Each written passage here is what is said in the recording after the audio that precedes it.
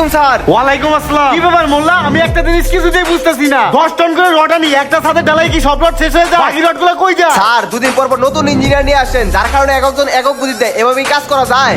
আর বললেন রডের কথা, যেগুলো ভালো এবং বড় এগুলো আমরা ছাদের কাজে লাগাই, আর যেগুলো ছোটখাটো টুকরা বেঁচে যায় সেগুলো আমরা সিঁড়ি কাজে লাগাই। কি যে করো আমার মাথায় ধরে না। যাই হোক, নতুন ইঞ্জিনিয়ার খবর দিছি, উনি আসতেছে। উনি আসলে ওনার সাথে কাজ করবা, ঠিকঠাক মতো কাজ করবা, আর হিসাব যেন ঠিক মতো পাই। আচ্ছা ঠিক আছে স্যার।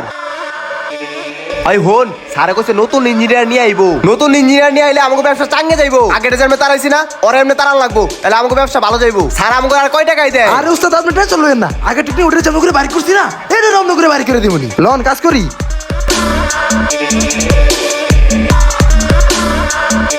এই মোল্লা শুনো, আজকে থেকে এই সাইডের ইঞ্জিনিয়ার হচ্ছে আমিনুল সাহেব। উনি ভালো একজন ইঞ্জিনিয়ার। তুমি তো পুরাতন এই সাইডে, তুমি তো ভালো জানো এই সাইড সম্পর্কে। এই সাইডটা সুন্দর মতো তুমি ওনাকে বুঝাই দিবা। আমিনুল সাহেব বুঝে নিয়ে। ঠিক আছে স্যার। আপনি আসেন, আপনার সাইডটা দেখাই দেই। এই যে সাইডে দেখতেছেন না, এটা আপনার সাইড। স্যার তো গেছে গেল, একটু মজা করি। আপনার বাড়ি কই? রংপুর। অংপুরা মফিস। মাইছে তো অংপুরা মফিস কয়।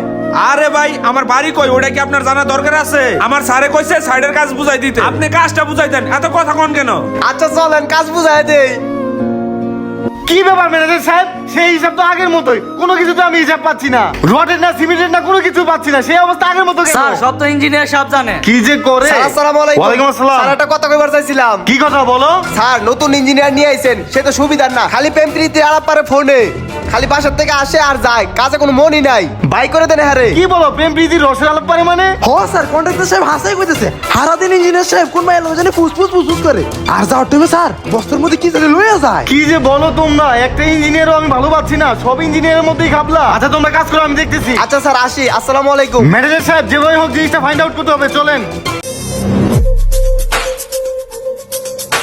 ওই রাজ হন, রড মিস্ত্রি কেউ নাই, সবাই মনে হয় খাইতে গেছে, এই সুযোগে চল রডটি চুরি করি। আরে উস্তাদ আপনি টেনশন লইেন না, আমি রডগুলা পিস করে জায়গা মতো রেখে দিছি। আর শুনেন বাঙালির একটা ফোন দিয়ে কই দেন, যাতে এই বছরটা বাড়ায় দেয়। আচ্ছা আমি ফোন দিয়ে কই দিমনি, চল। চলেন।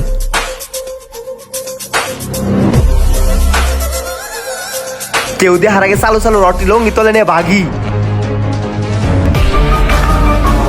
স্যার নতুন ইঞ্জিনিয়ারে তাড়াতাড়ি বাই করে দেন, এমনি যদি চলতে থাকে তাহলে আপনার লাস্টে পাওয়ানো লাগবো। এর থেকে ভালো যত তাড়াতাড়ি পারেন ইঞ্জিনিয়ারে এর থেকে বাই করে দেন। কন্ট্রাক্টর সাহেব আপনি ঠিকই বলছেন, এইভাবে যদি চলতে থাকে তাহলে বাড়ি করতে আমি রাস্তার ফকির হয়ে যাবো। স্যার আসসালামু আলাইকুম, আমার ডাকছেন? ওয়ালাইকুম আসসালাম। ইঞ্জিনিয়ার সাহেব আপনি আসছেন? শুনেন, আপনাদের সামনে একটা কথা বলি, আজকের পর থেকে আমার এই সাইডে মোল্লা কাজ করবে না। এই মোল্লা, তোমার জামা কাপড় গুছাও, গুছে আমার সাইড থেকে বের হয়ে যাও। স্যার আপনি তো ভুল করতেছেন, আমি না ইঞ্জিনিয়ার সাহেব। এই স্যার কি করে হলো নাই, তাড়াতাড়ি খেতা বালিশ ব্যাগ গুছায় অঙ্কুরে ভাগো।